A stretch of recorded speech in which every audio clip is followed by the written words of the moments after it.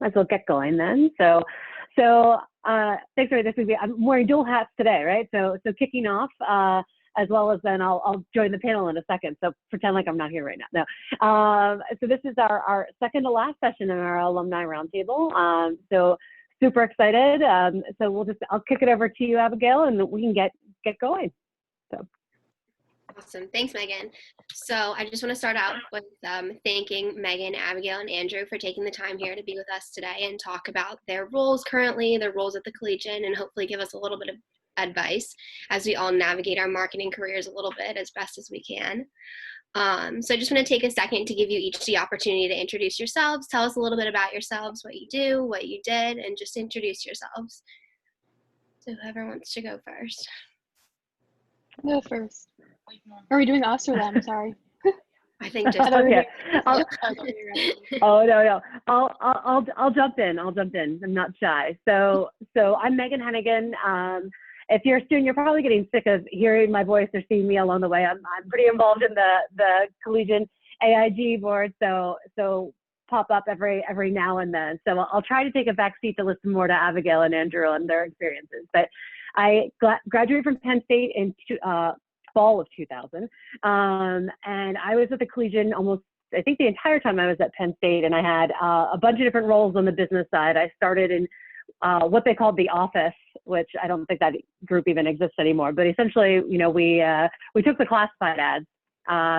And then from there moved into, I was business manager for a little bit, and then moved into selling advertising. And then I believe I may have been a sales manager at one point. And so, but since then I have moved on and worked in marketing in a lot of different ways. My first job out of college was in sales role.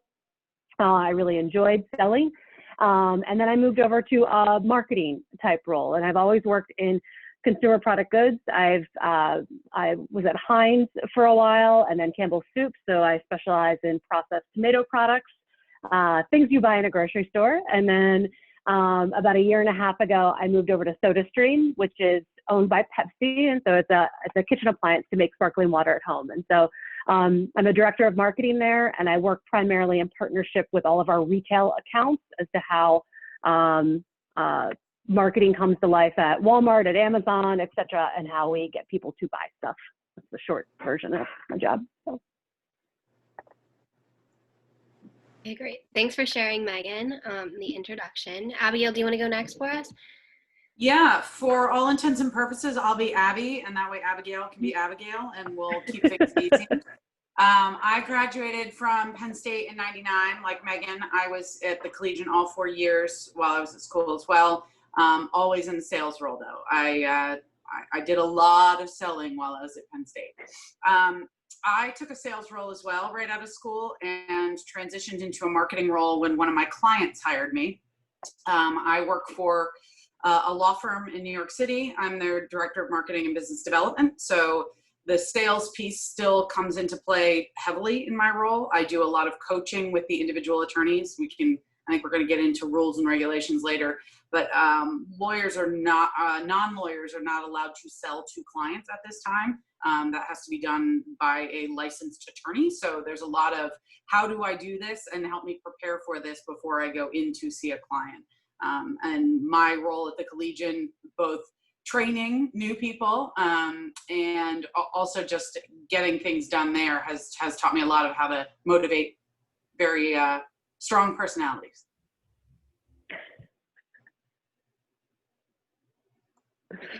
Thank you so much for that. Andrew, do you want to go ahead and tell us about yourself? Sure.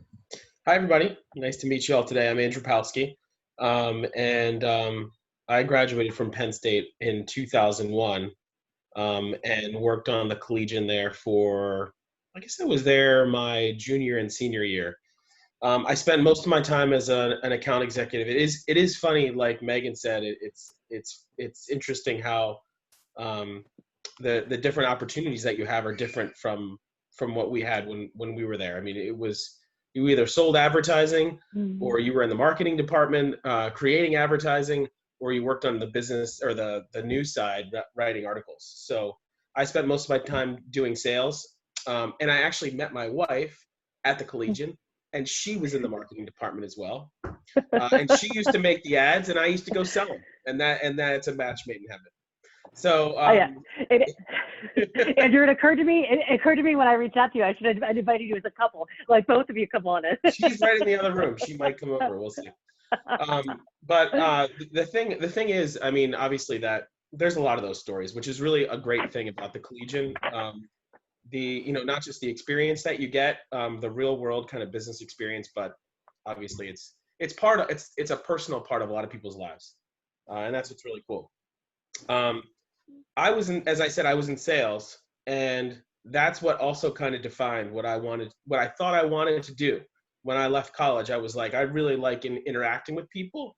I really like showing them reasons why the product I'm representing solves problems for them. And so I did that for a bit after college. I worked in advertising sales in sports marketing. And then I moved to pharmaceutical sales. I worked as a pharmaceutical rep for 5 years or so. And then the funny thing about as you kind of progress in your career is that you learn more things that are interesting to you that you might not have thought about before. So as I thought I was going to be a salesperson, I then got some exposure to marketing, and they're very similar, but I never even thought about that before.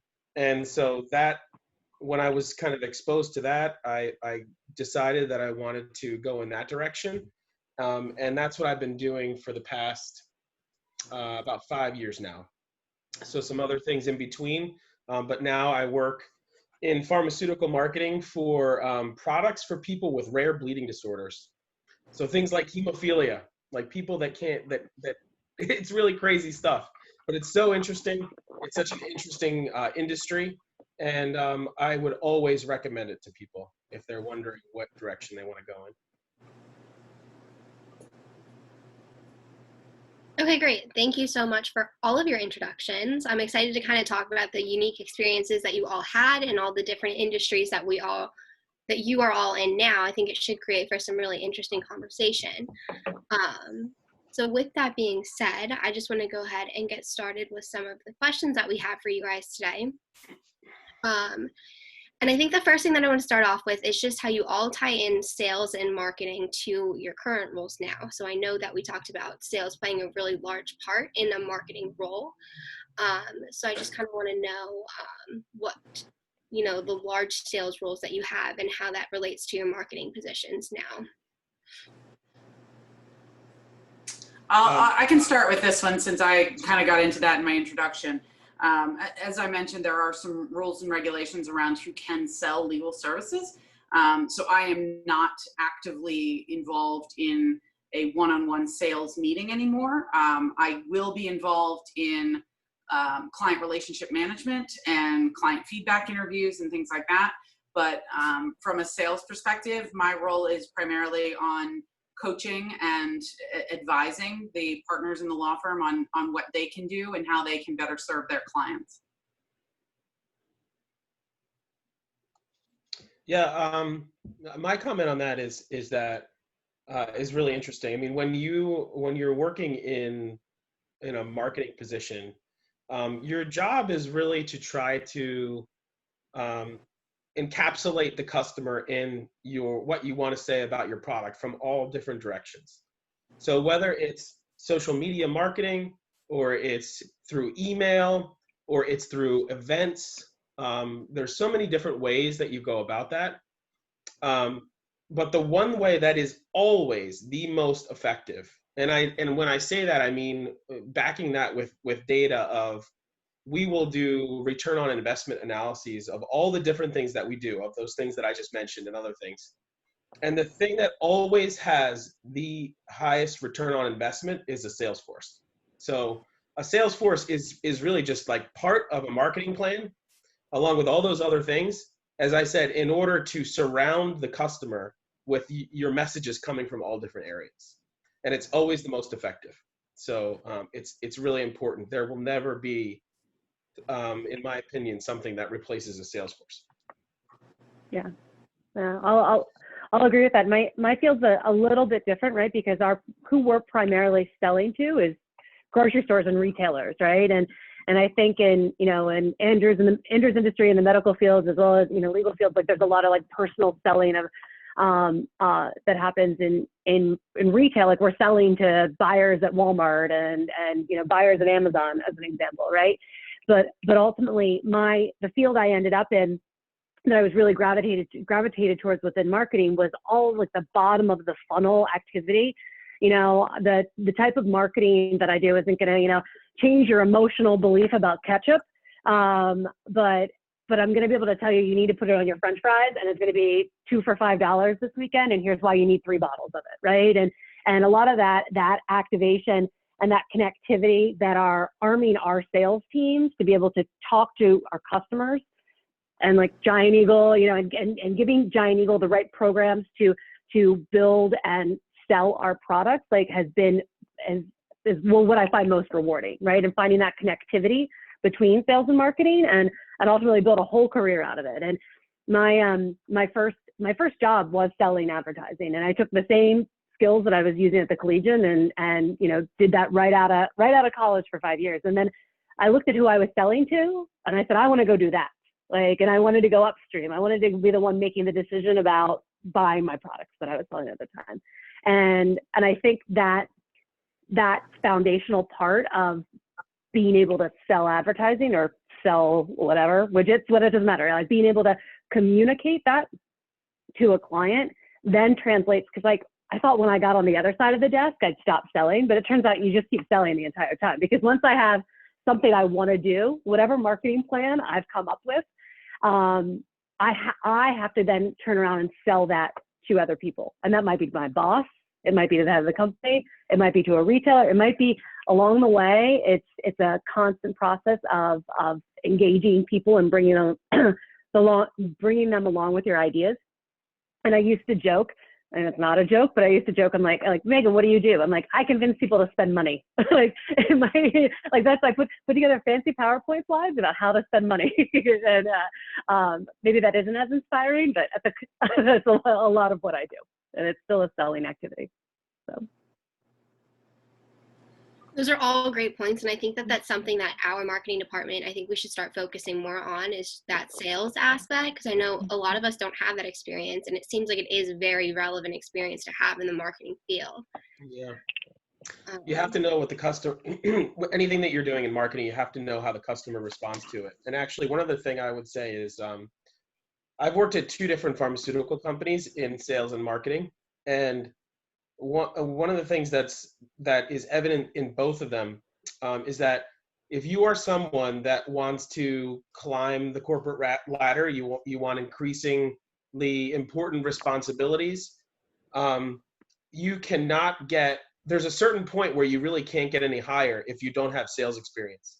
Both of these companies have made that very clear, that even if there's people that are on the fast track up, if they don't spend time being a salesperson for like a rotation, maybe like even 6 months to a year, that becomes a ceiling for them that they can't get through. So it is a skill that is so valuable, not just in marketing, but just to be that person that's on the front line with the customer, to understand how the product that ultimately everyone is selling is perceived and how they respond to it.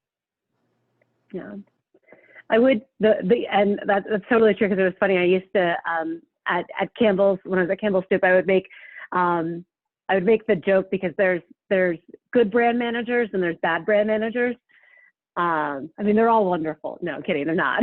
So you could tell a good brand manager if they probably had some selling experience in their background. And even if they didn't fully do that job or do a rotation through it or have that experience, they have a connectivity and an understanding of what happens from a selling aspect. Like they've spent some time with the sales side of the organization to understand the value of it, and that marketing doesn't happen in a vacuum, and pretty pictures are fantastic and important, but if they're not making that connectivity to that part of the organization, then it kind of lives in a vacuum. So, did we crush everybody's hopes and dreams by telling you had to go into sales? All right, so that's definitely something that we're going to start focusing a little bit more on, make sure we're getting some sales experience, some consumer experience. So the next thing I kind of want to talk about is the different industries that you guys are all in and the different ways that they kind of impact your specific role. So I just like touch on the importance of your industry and how it impacts the decisions that you make as a brand director. So for example, Andrew, pharmaceuticals aren't just any other commodity that people are buying. They're a serious product that entail very serious implications for other people who purchase them. So just kind of based on that, like what do you notice in your specific industry that impacts your decisions? Yeah, I would say, I mean, so that's a good point, Abigail, that we are when we're working in the pharmaceutical industry, we're marketing medicines. And you know, there's this saying, and this goes for any kind of medical procedure or medicine you take, you know, there are always risks. There are reasons why when you watch the television commercial for, you know, XYZ product, whatever it may be, that it's always like, there's actually a formula for this. The first like 15 to 30 seconds of the commercial are all the great things about the medicine. And then you see some really cool imagery of somebody dancing or having fun or walking the dog while they tell you you're going to have diarrhea if you take this medicine wrong. You know, like there's always that point that is really important. And the federal government requires that you have to balance the good things about your product with the potential side effects. And so in the pharmaceutical industry, we take that very, very seriously. It is not just make sure that you tell everyone about all the potential side effects that they could have from taking your product. We really live the, I would say, the principle of making sure that everyone understands both the good things and the bad things. And what that means is you can't just on a Monday begin to develop a new advertisement for your product, let's say, and then have it out on Wednesday.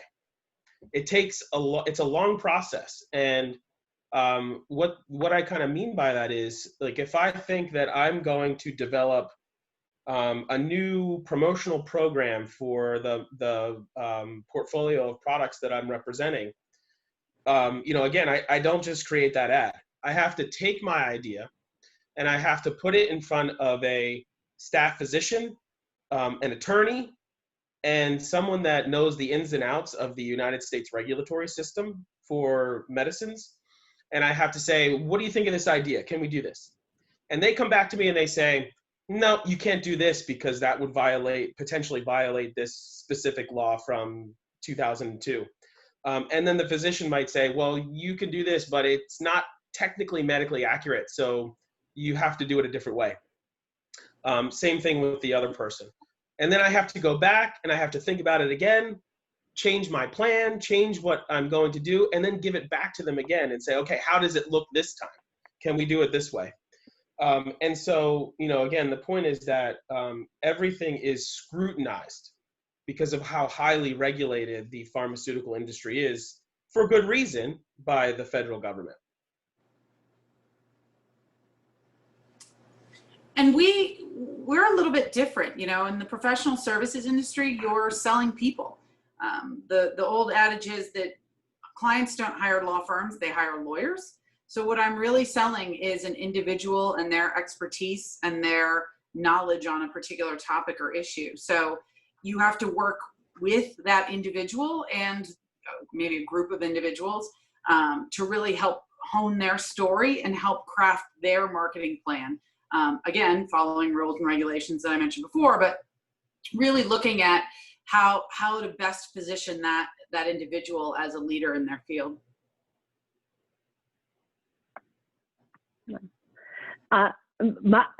Food is not nearly as limiting. I mean, everybody's got to eat. So there are certainly some regulations that go along with it. But I think, Michaela, to a twist, I think, on your question, right? When I was laid off from Campbell's. So Campbell's and Heinz were older companies with slower or no growth. Honestly, they were quite happy to maintain flat or preserve flat business trends.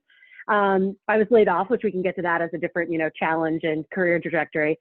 And then I joined SodaStream, and it's different to come over to a company that has a greater environmental impact and messaging and components that they care about, right? In addition, they've growing tremendously, right? So there's a different mindset that comes when you're shifting over to, you know, from your basic pantry staples and marketing those over to something that has a greater environmental impact, and we message that in a bigger way, as well as just the growth and the energy that comes from it. So there's a lot more excitement, and it probably plays more from less about how we market, but it plays through on the culture and our desire to take risks on certain marketing activations. We can lean into a lot of things. You know, with growth comes a lot of freedom to be able to invest in certain places and see if it works. And this is not quite the question you're asking, but it's just a little bit different within the food and beverage side of it, as well as kitchen appliances too. So yeah, those are all definitely great things to think about, and I think it's just so interesting how things can vary so drastically between just 3 industries right there. So I just want to take a second and switch gears a little bit and think back a little bit to your college experiences, your time at the Collegian, just kind of reflect on that a little bit and hopefully get some advice on you there. So if I asked you to look back and think about where you began and compare it to your current company, what is something that you wish you knew before going into that company or industry before you started working there?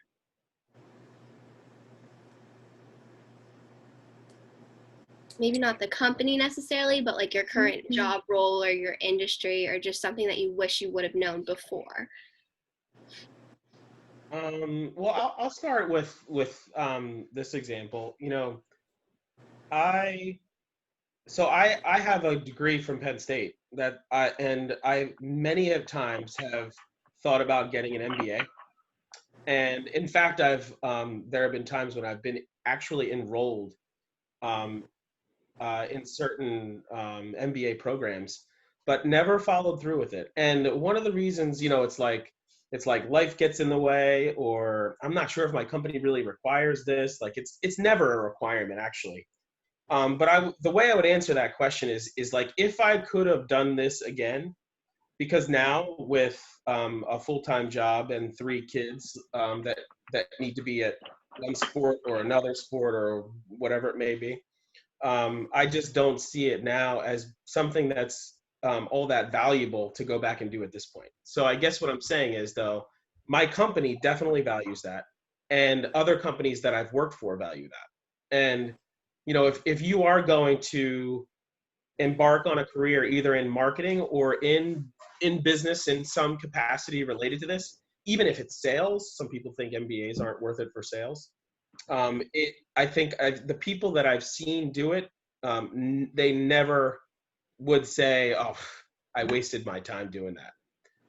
In fact, in some cases, companies I've worked with like automatically put those people on a higher level, and that it just became you can see a really good decision that they made.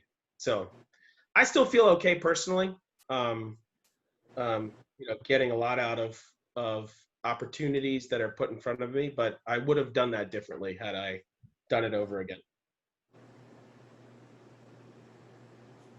If I had to do it over again, I think I would have tried to go down a track that is more about project management and that angle of the client, just because that's so much more important to a lot of our clients right now, and there's just a huge demand for it.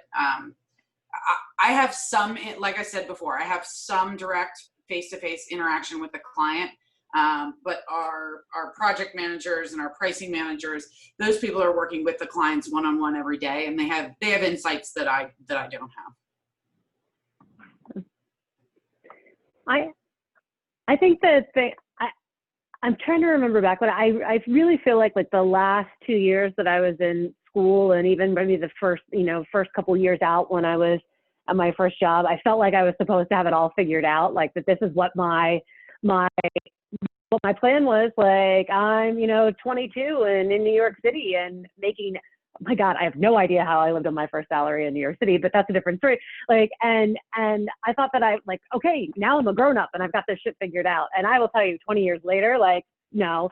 And I think that is a gift. Like, I think it took me a couple of years to lighten up on myself that no. And there's, this is all just a meandering path. Sounds like I've been kind of all over the place, but not really. Like, there's opportunities that are presented in my current job. Like, my title or responsibility hasn't changed, but I can tap into different projects and learn different things.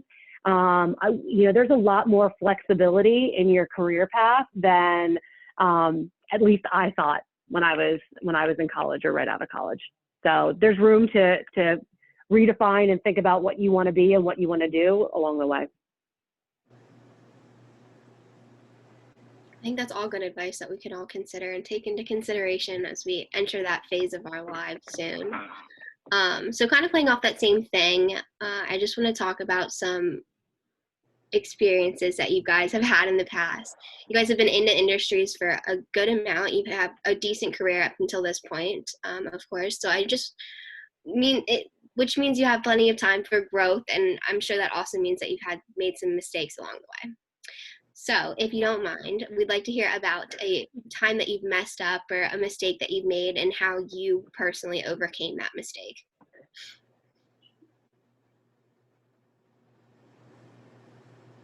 Megan, this was your question. I know. I was trying to hold back. I've talked too much. Anyway,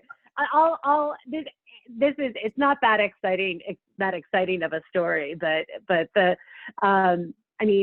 this was, I forget how long I'd been working, maybe 2 years out of school, something like that. And I screwed up something. It was on like the job that I was in a selling role, but I was a junior person supporting a more senior salesperson. And so a lot of the type of work that I had to do was very, insertion order processing, supporting them, and, meeting preparation and all this sort of stuff. So essentially I screwed up putting an order in for Aquafresh toothpaste, if that brand's still even around, and just totally messed it up. I mean, the thing, we caught it in enough time that it was able to run, so there wasn't actually any huge business implications to it, but really screwed up and cost the company 6 figures.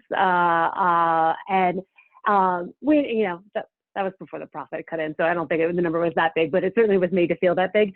And at the end of the day, the whole short story of all of it is that I was, very upset about it and clearly had messed something up. But like the thing that I learned, I was so nervous about having that first conversation about addressing it, but I went in and was upfront about what happened, and I expected to get in a lot of trouble. I don't think I ever thought that I was truly going to get fired or anything like that, despite it being a pretty big price tag on it.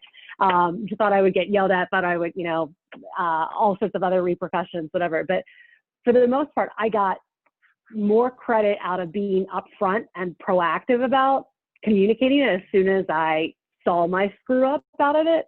There were still some, ramifications down the way of addressing the error and how that all happened. But for the most part, it was a situation where, despite, I was very nervous about dealing with the business implications of it and addressing it, but the fact that I came forward out of it, it played out better for me, I think, in the long run, of how I, addressed it and earned credibility with a lot of people that way. So it's not totally a screw up story, I guess, but the angst I felt about it felt like, lasted me for years. So. I'm going to go the other direction, and I made a mistake and took a job for all the wrong reasons. I wanted to move and got a job offer in New York and took a job without really doing my due diligence on the firm. And by the time I got here, I realized that I was in a bad situation. And from that, I learned I can do just about anything for a year. I stayed until that year was over, and I got out. But, you can still learn a lot. You get into a bad situation and you're like, oh my God, I can't do this. I can't possibly do this.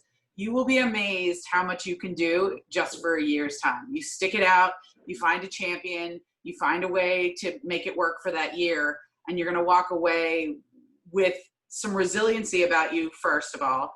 Second of all, you're going to know what to ask for the next time. You're going to know what you're looking for and what you're not looking for, and what you want in an employer, in a boss, in a position, and you'll learn from it. But do your best and really try and stick it out, even if it really is for a year. 1 year. You can do anything for a year. My example of screwing up, there's tons of examples, frankly, but one has to do with when I was working in a position managing people, which that is like one of the hardest jobs you'll ever do. It really takes, even the people that are good at it, it's really very difficult to be someone whose primary responsibility is to take care of the interests of a group of employees. And so I was working as a district manager for a group of pharmaceutical reps. And, one of the things that I learned is that you're never going to, if you're in one of those positions, you're never going to have a situation where everything is always perfect.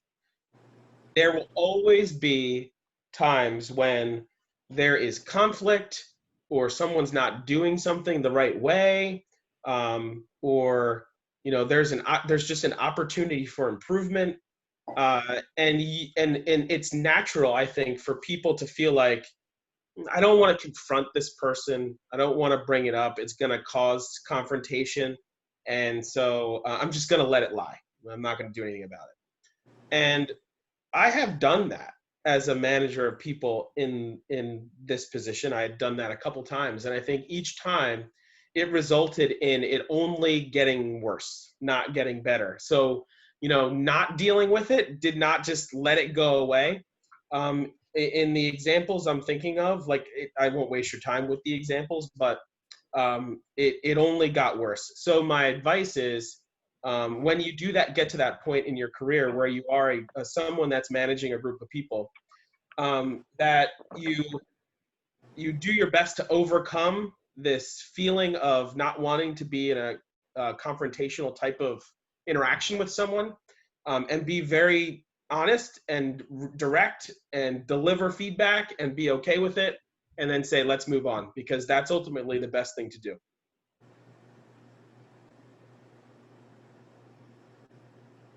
Thank you guys for sharing. I think that we can all take something from the lessons that you've learned and hopefully be able to learn something from that ourselves. So now that we've addressed some of your mistakes, I want to take a look back at some of the time that you've made a risk and how that risk has played out for you, and any sort of risk or chance that you've taken in your career, in school, whatever the case may be, and any notes that you have on that. I'll start this time. So I've worked for 2 pharmaceutical companies, and the first one that I worked there for 13 years. And I thought that that place I thought it was the greatest place ever to work. And it is. It's a great company. But what happened was in the beginning of 2017, the product line that I was working on, we were notified that that product line was going to be sold off by the end of the year. And so we would have, it was really a great situation, but we would have a good 6 months or so to try to find a position elsewhere in the company. And naturally I was like, well, I'm going to go do that. Otherwise you would get laid off. And so I was like, I'm going to go do that. I'm going to go try to find another position elsewhere in this company. And as time progressed, I started thinking, this has been great for 13 years, but I've really never seen what it's like anywhere else. And for as important it is to have different opportunities within a company, to learn different things and learn different skills, it's also just as important to go elsewhere and try something else. And so that, to me, ultimately resulted in me saying, I'm run this out and do the best job that I can, it'll result in me getting laid off, but that's going to give me a great opportunity to go look for something new. And that happened. I thought it would be a struggle, but within a month I had a new job, and that job turned out, and that company actually turned out to be, in my opinion, head and shoulders above better than the place I was before. So it was a great risk, and it turned out to be perfect for my career.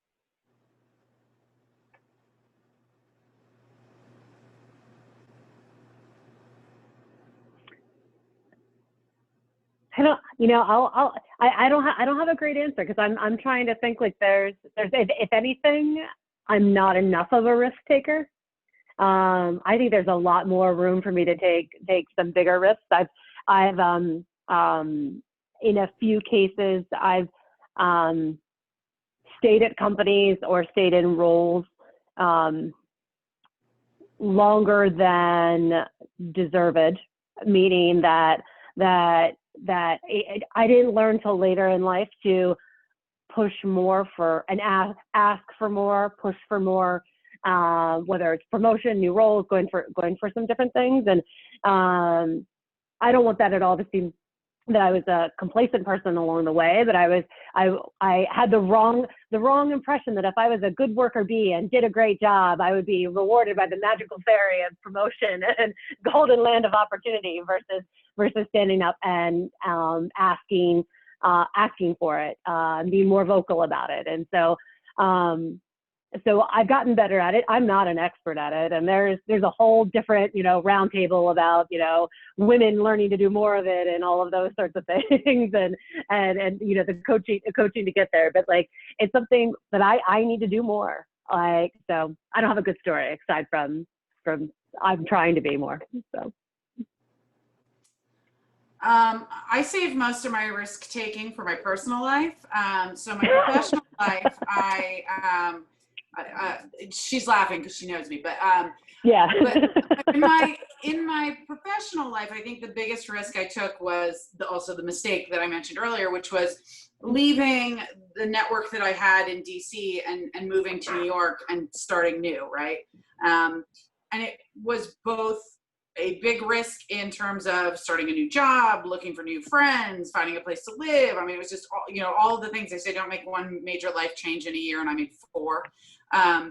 So it was a big risk, but it also taught me a lot about myself and how I would go about moving again if it ever had to happen. And it probably will, but I think that a new city offers a lot of opportunity, but you have to step outside your comfort zone a lot in that. And as you graduate, as you look for job opportunities, branch a little bit outside of your comfort zone. If you're like, oh, well, I grew up in Pittsburgh or I grew up in Philly, don't limit your search to just those places. Look at something that scares you a little bit and ask yourself why and think about how you can approach that a little differently. Yeah. Do you want to tell them what you do in your personal life? Yeah. Sorry. Yeah, I guess that does sound really scary. No, I'm a marathon swimmer. So last fall I swam across the English Channel. So everything else is easy then compared to that. Everything else is easy compared to that kind of stuff. That's awesome. That is awesome. Well, thank you. I want to give one other quick tip, one other risk that you should always take. Whenever you're working for a company in the future, you're going to have these opportunities where the leader of the company is going to stand up in front of the, whoever it may be, however big the company is. But, if it's the CEO or the president or whoever it may be, they'll have these, we often call them town hall meetings. And at one point in that meeting, they will always say, so who would like to ask a question? And at that point, everyone in the audience, their heart starts beating, right? It's nerve-wracking and no one wants to do it. But I will tell you, when you are the person that does that, everyone sees it, including the president or CEO of the company, and you get it is always a good decision, the reputation that you get from being the person that asks the questions in those settings. I can't tell you how valuable that is.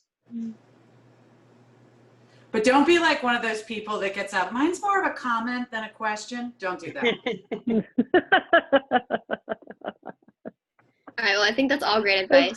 Answering questions is probably something that we all struggle with in a situation like that. So right now, I just want to talk a little bit about your experience at Penn State and specifically at the Collegian. So what sort of lessons did you take away from your experience at the Collegian, and how did that help you specifically in your career?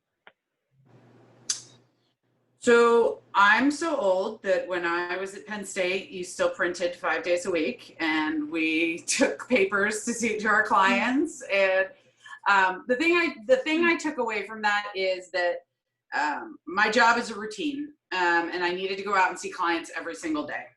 And my job today is still somewhat of a routine, in that I need to be in touch with the partners that I work with and our clients every single day. It's not a sprint, it's a marathon, and you've got to put in a little bit of work every day to have success in a marketing role. And I think that what I took away from that is what you learn how to do, how to be a sales rep, how to be a marketing professional, how to take responsibility every single day, will set you up for success in the long term.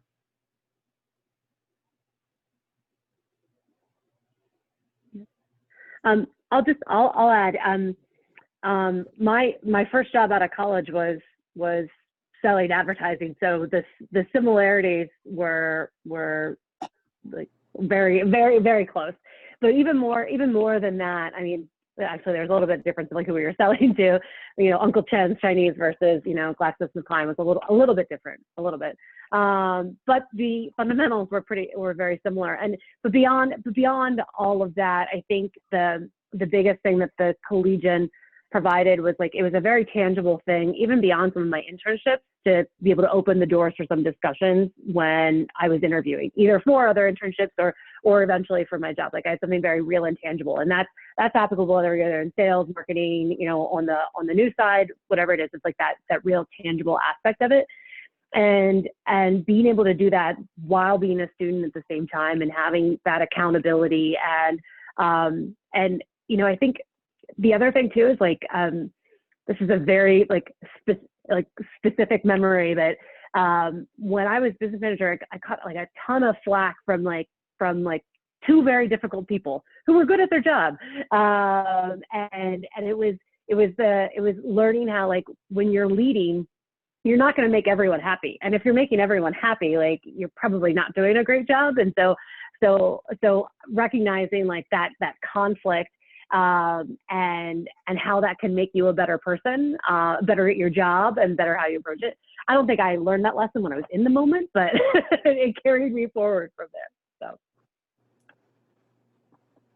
yeah, I it was think, Scott you know, and Pat, Abby. I mean, it was Scott and Pat. Sorry, Andrew, go ahead.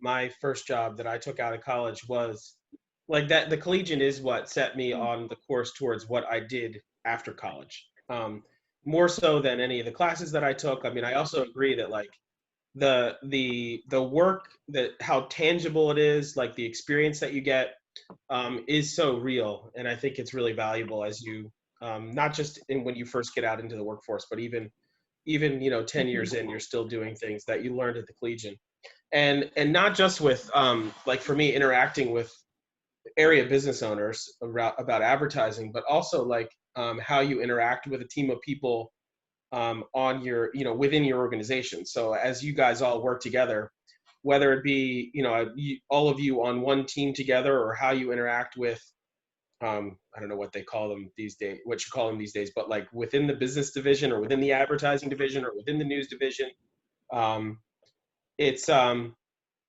that also helped me to understand how to interact, you know, internally with different people that have different responsibilities. So some of the time I feel like, you know, I have to sell my idea more to the person inside the company that needs to help me on it than I do the customer that it affects. So definitely something I learned in the Collegian. I agree. Okay, so now a little bit more specifically, if you could give one piece of advice to someone in our positions now, what would that one piece of advice be? As a Collegian staff member looking for a job in your field, what would you say? The one piece of advice that you give anyone in our position, what would it be? I would say never think of yourself defined in any one position. If you are, what I had said earlier was that I thought when I left the college that I was going to be a salesperson. That's what I thought I wanted to be, and I also thought that careers are defined that way. You're a salesperson at the beginning, and when you hang up your cleats at age 65, you were a salesperson for 4 years. And not only is that not true, but that's actually not how companies operate either. And in fact, at Johnson & Johnson, which I have a number of friends and colleagues that work there, that company actually not even encourages, like it's a requirement that you are in a position for no more than 10 years, and then, or excuse me, 2 years, not 10 years, 2 years, and then you're moving to a different job. Because they value you having experience, you experience how the entire company works instead of being defined as like one type of employee. So you'll have people that have done sales, they've done marketing, they've done PR, they've done operations, they've done all these things, and they learn, and that's how they learn the whole company, and they move up to positions of greater responsibility.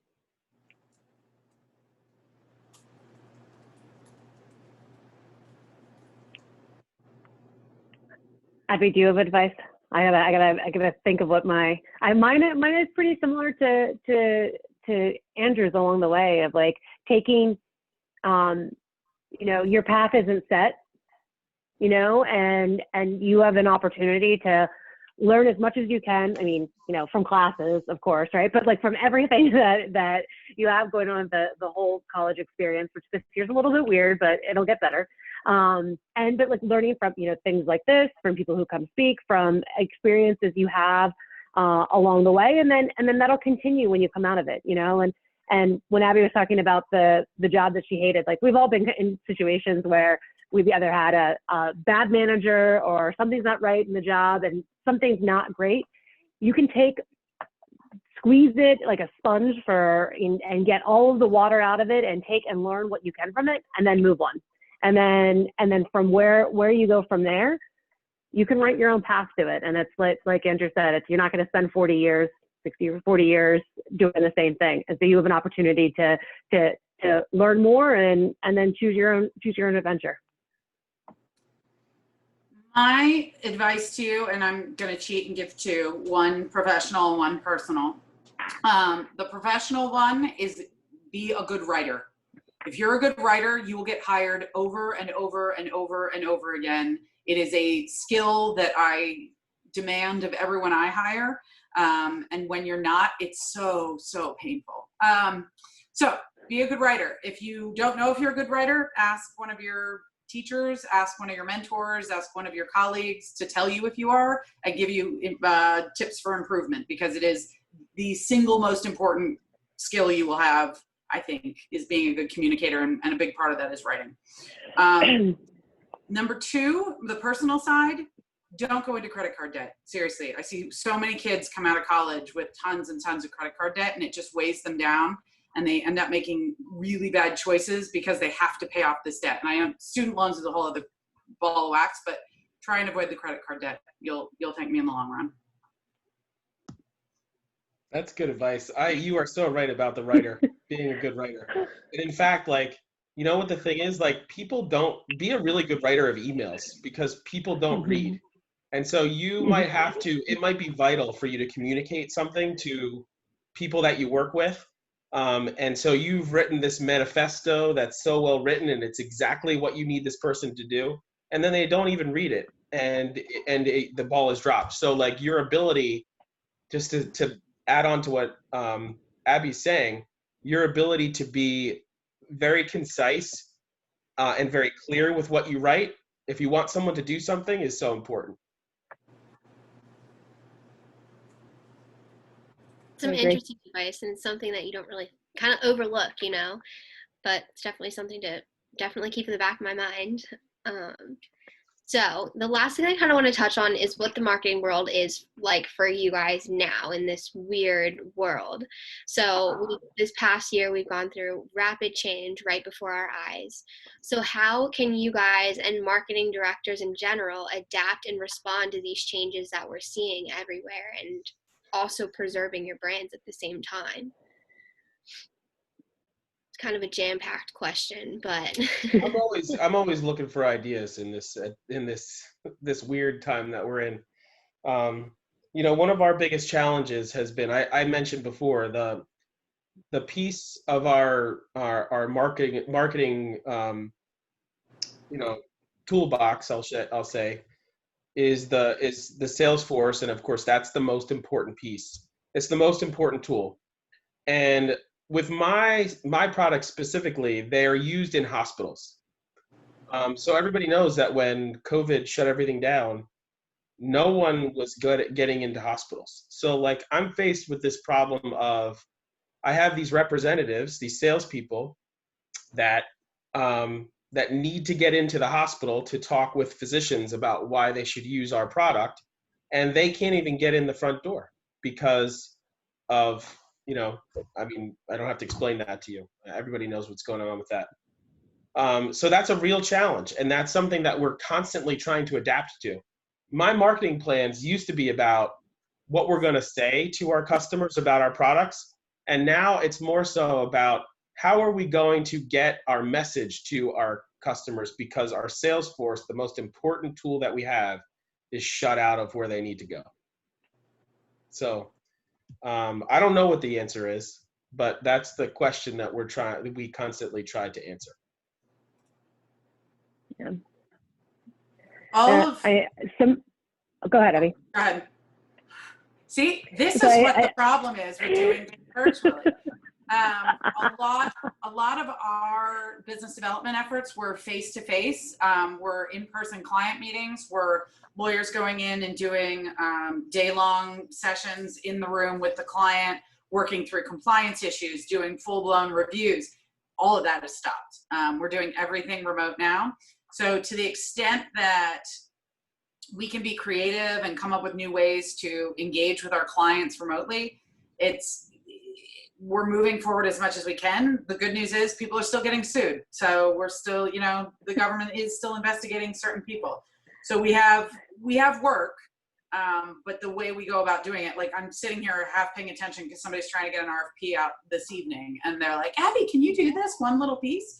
And it's just, normally we would have been in a room putting things together and it would have been out the door already, but everybody's working piecemeal right now. So it's learning to roll with the punches. It's looking at the resources you have and being creative. It's really being as flexible as you can and rolling with what you've got in front of you.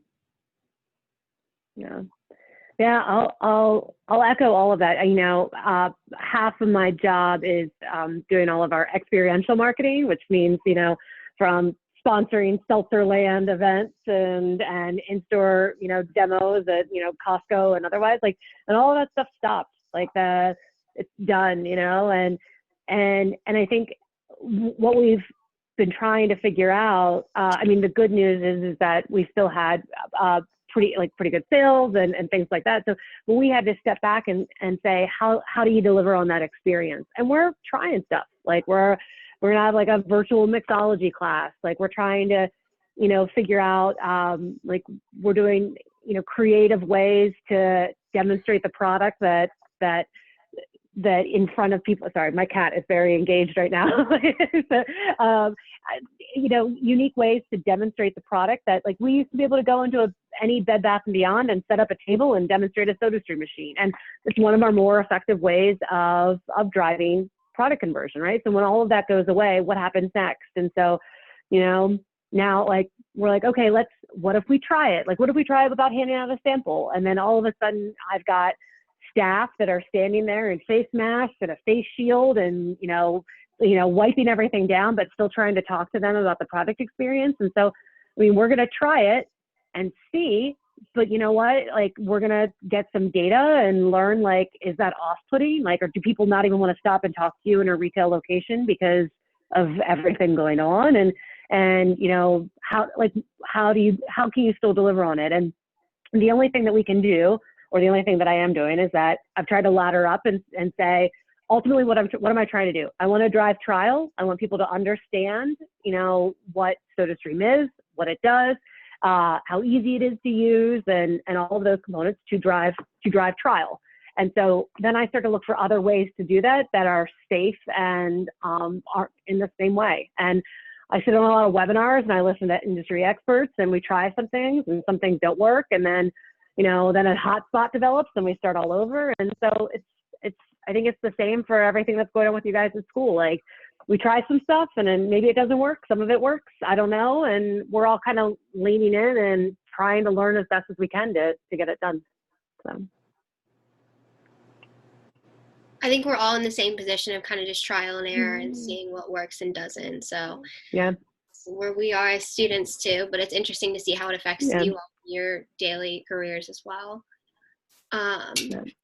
So I just, at this point, want to open it up to you guys and see what kind of questions that you have for Andrew, Abby, and Megan. So I'm going to open up to questions from the audience. What do you guys have questions to ask?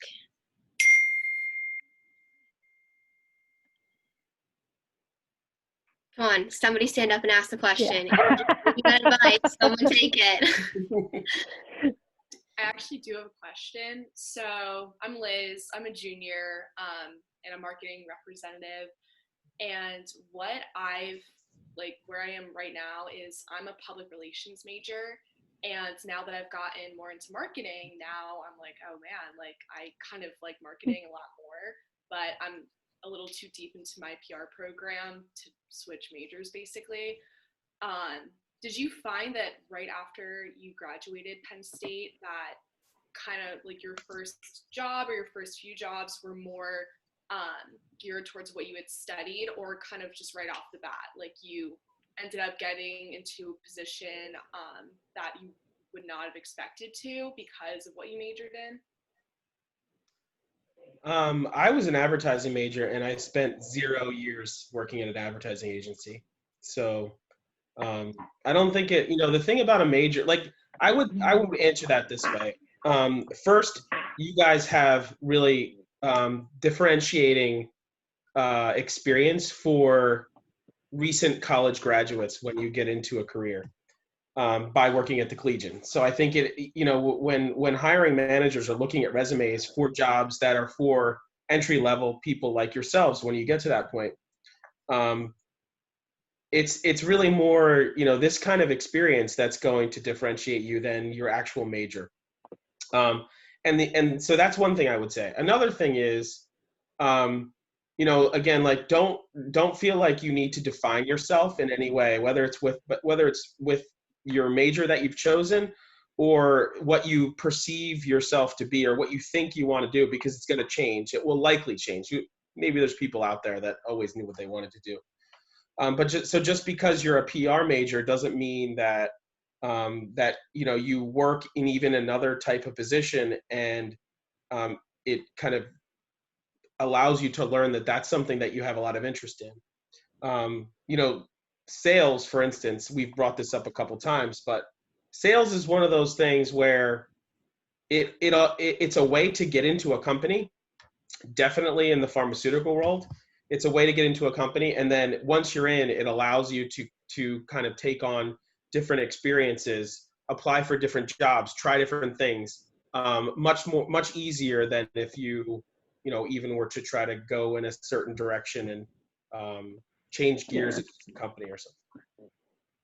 Yeah, I mean, I totally agree. I mean, I think you know, it's not like you're shifting over to, you know, be, you know, like to go study organic chemistry. You know, you're in the right yeah. broad grouping of what you're talking about, you know, and I think it all depends of what you like, what you want to be doing, you know, your first year out. Like, let's, you know, and if you want to go into agency life, which there's agencies that specialize in, they are PR agencies and that's what they do. But there's a lot of agencies that are more broadly spread across different tactics where you get a lot of exposure to different types of marketing. So you could sample a little bit from the buffet, depending on the clients that you'd be working with. But like, am I more interested in PR? Am I interested in the PR that's writing press releases, for politicians, or am I interested in the PR of creating getting on Good Morning America, or creating kind of like sizzle activities. So there's a lot of different ways and types of marketing activity you could be exposed to by branching out further than that. And I would not worry about your major at all. Thank you. I'm going to say the same thing. Agreed. I am someone who has hired a lot of people straight out of school, and I look for kind of a range of things. I probably wouldn't look for somebody with an organic chemistry degree to come be my marketing assistant. Although maybe I'm looking in the wrong place. I don't know. But somebody with marketing, PR, advertising, pre-law, like anything, again, I'm beating a dead horse here, but anything where you've developed some writing skills, where you are able to communicate effectively, we're able to kind of think on your feet. Those are the things I'm looking for more than I care really about what your major is, just so you have a basic understanding of what we're trying to do. Yeah. The one other thing I would add though is as you're looking at jobs and interviewing, right, that somebody's going to ask you, so if you're I can't even think of a type of job, right? That would be weird for you to show up at. As long as you have the answer to, you have a PR major, why are you, why do you want to be a mechanic? I don't know, whatever. And there's a story behind all of it, right? And telling the story as to why you're sitting in that interview seat with a PR major and why you're interested in that company. And it could be total bullshit. I mean, I wouldn't recommend that, but I mean, really hone your PR chops then, and that's the story that you need. So as long as you can answer that, then it doesn't matter. So.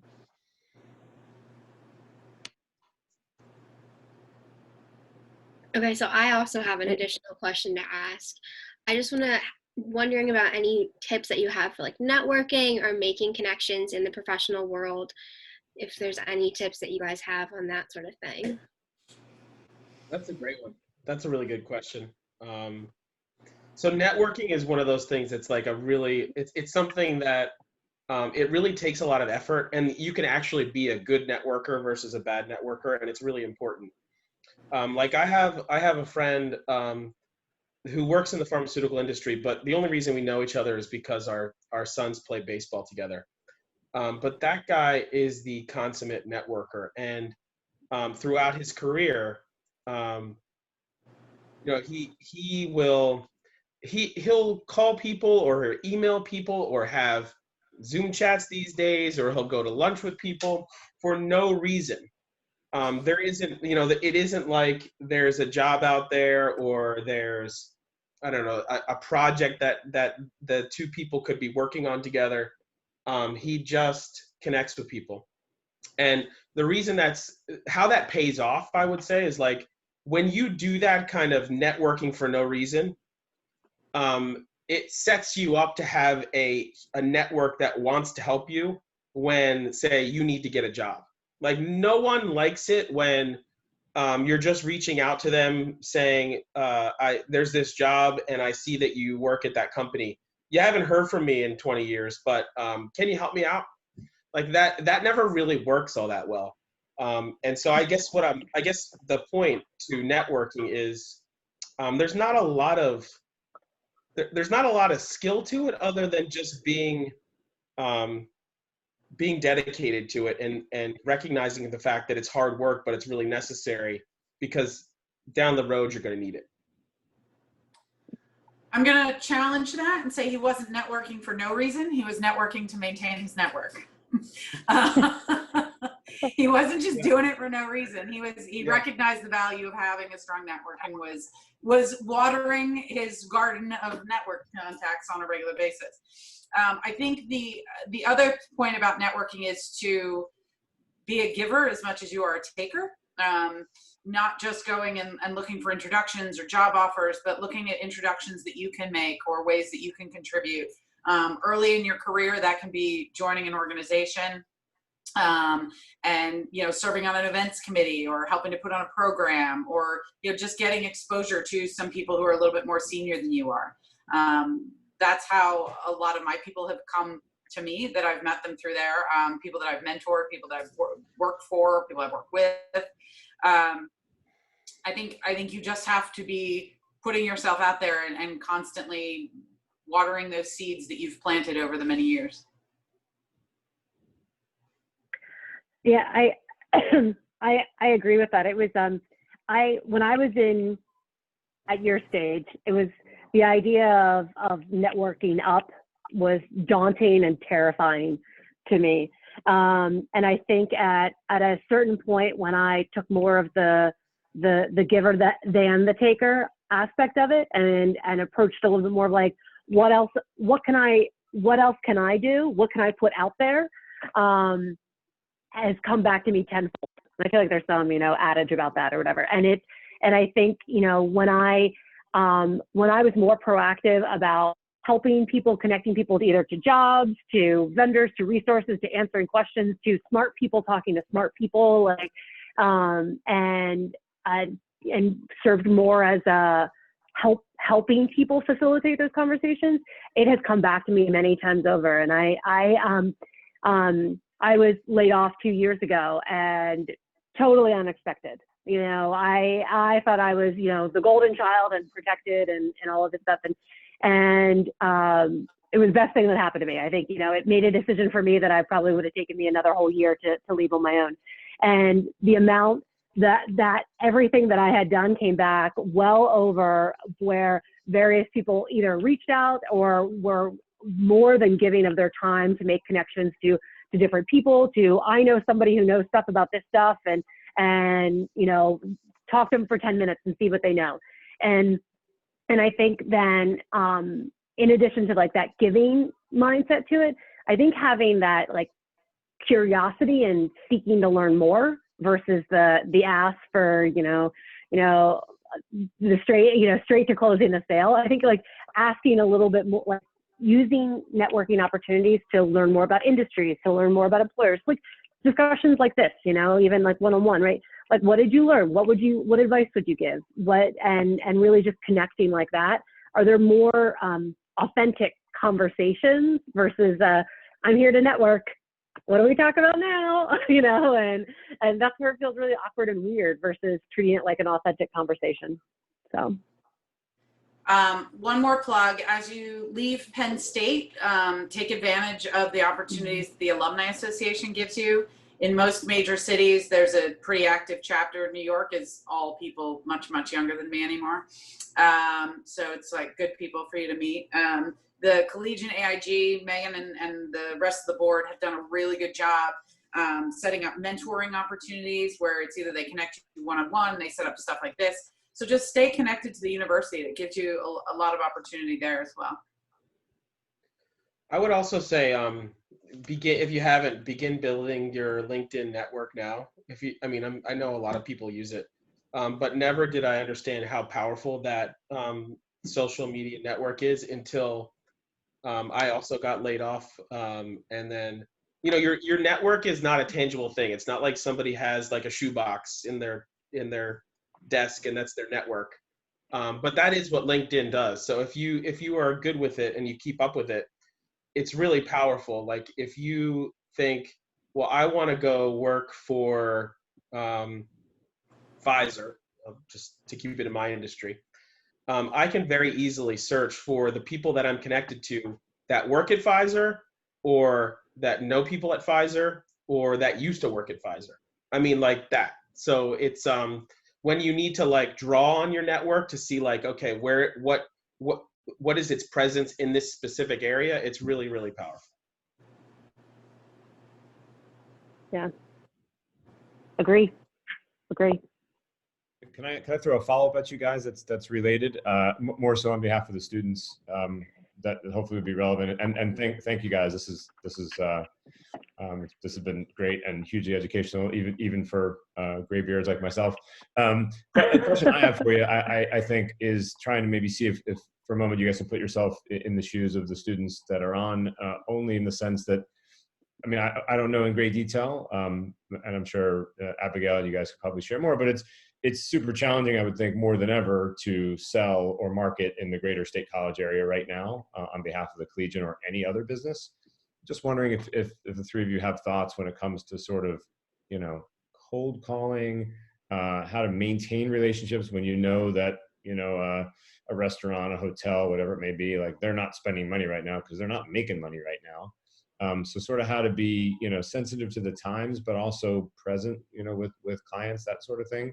And then I guess the other piece of the triangle, if you will, is like, how do you kind of track and measure this at this point? Any sort of tips around like being an organized marketer and seller right now, or always that can be good skills to sort of keep up with as you go forward? My advice to the students is going to be the same that I have given my lawyers, and that is to be human.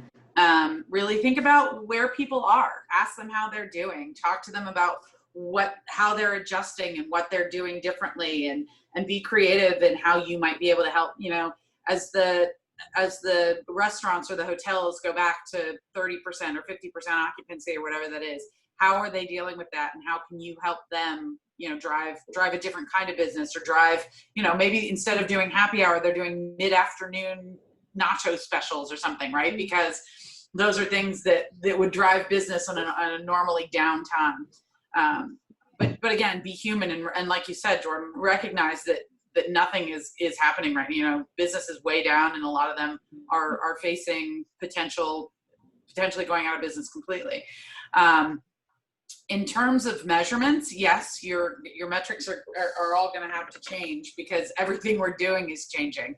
So I don't think the measurement itself is something I can tell you what to do. Is just to make sure that whatever you're doing it consistently. That you're saying, okay, if it's the click-throughs, if it's the follows, if it's the, you know, whatever you're doing digitally, you're making sure you're doing it consistently so you can track, you know, which things are working better for you. Yeah, one thing I would add on to what Abby was saying. Wait, are you going by Abigail or Abby? I forget now. No, I'm Abby. She's Abigail. I thought we covered this early. I forgot. Sorry. I would, you know, to the point of being human, you know, this is just, I think this is also a really important tip for, you know, for people who want to be a good salesperson in general. It isn't about, you know, it isn't about telling people about your product. It's more so about asking them what's important to them, and having conversations. And when you ask good questions, it leads to learning something new about whoever your audience or customer is.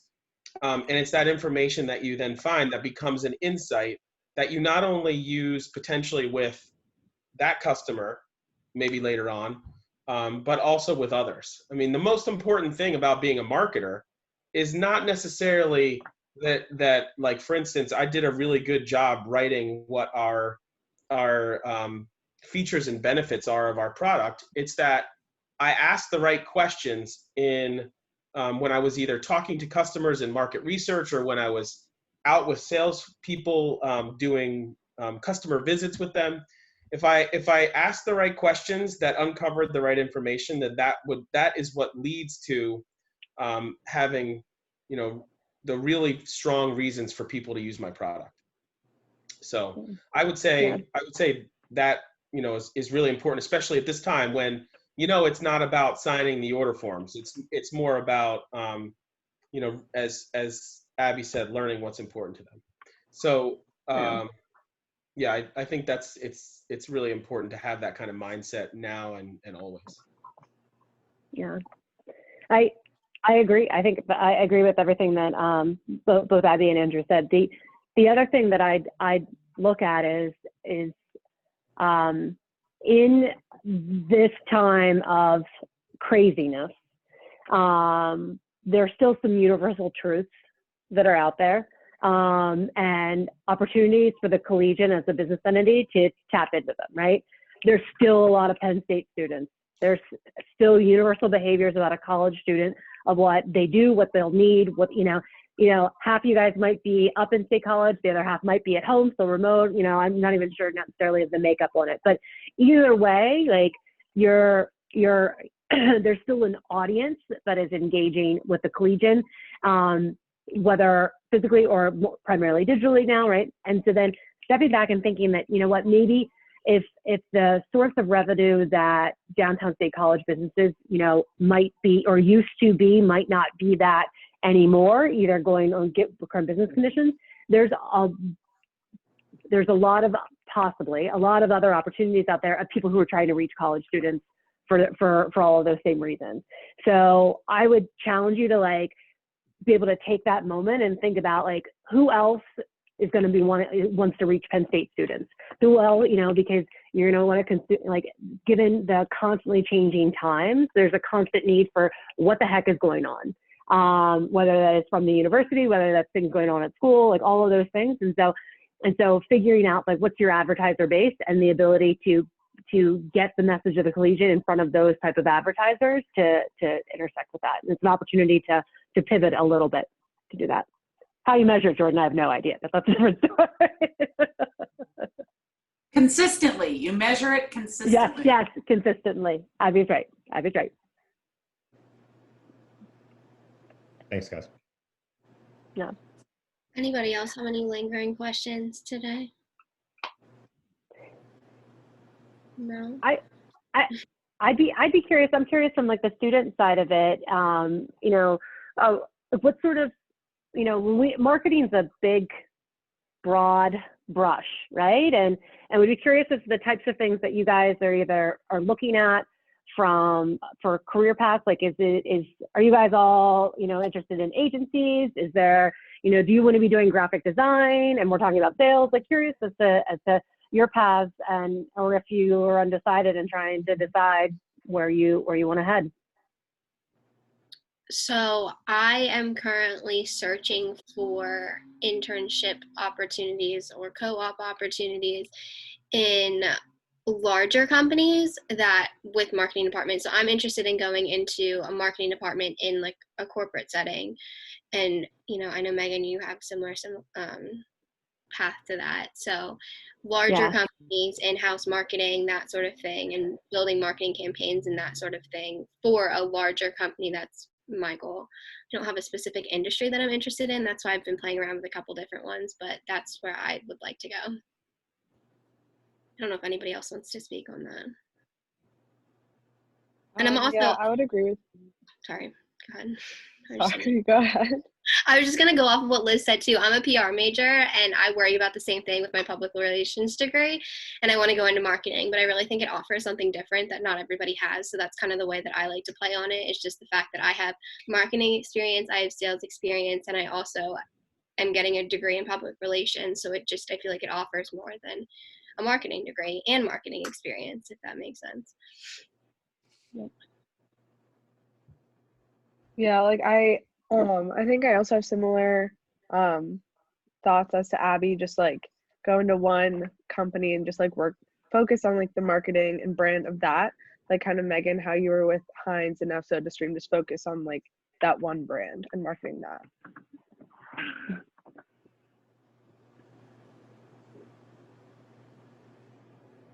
Anybody else? I know that you all have goals, Travis. I know that you have a very specific one. Hi, I'm Travis. So with me, I'm double major in political science, public relations, but it's not nearly as PR focused as it is political science. So the plan is to get so this summer I had it set up with the ICCT, which is International Council for Clean Transportation. So I'm more environmental focused or sustainability focused.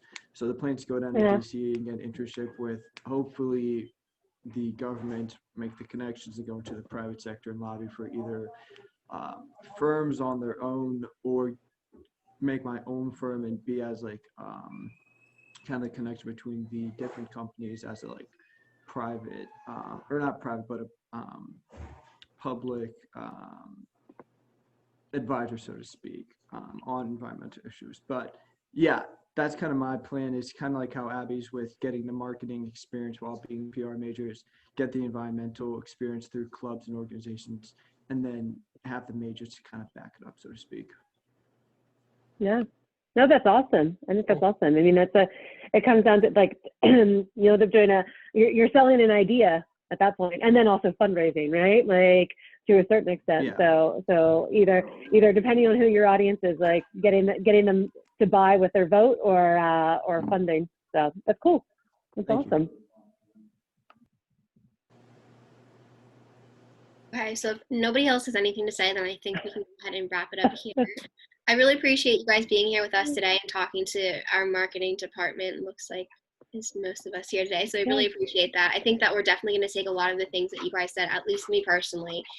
I will take a lot of the things that you guys said. I was taking notes through everything and continuing my job search, so it was definitely interesting and actually took a lot of information that I think will help me out. So we really appreciate you guys taking the time to do this for us today. Yeah, oh, go ahead, Abby. Go ahead, Abby. As Megan said, you know, or maybe it was Andrew, I'm sorry. Follow up with us, you know, link in with us on LinkedIn, you know, follow up with questions. You know, that's part of the networking game is making sure you have people that you can get feedback from that can help you in your search. And that's, again, one of the benefits of the AIG. Yep, absolutely. And what I would say also is, you know, for all of you that are approaching graduation now and going out into this world at this crazy time, I graduated 3 months after 9/11, and it was very similar.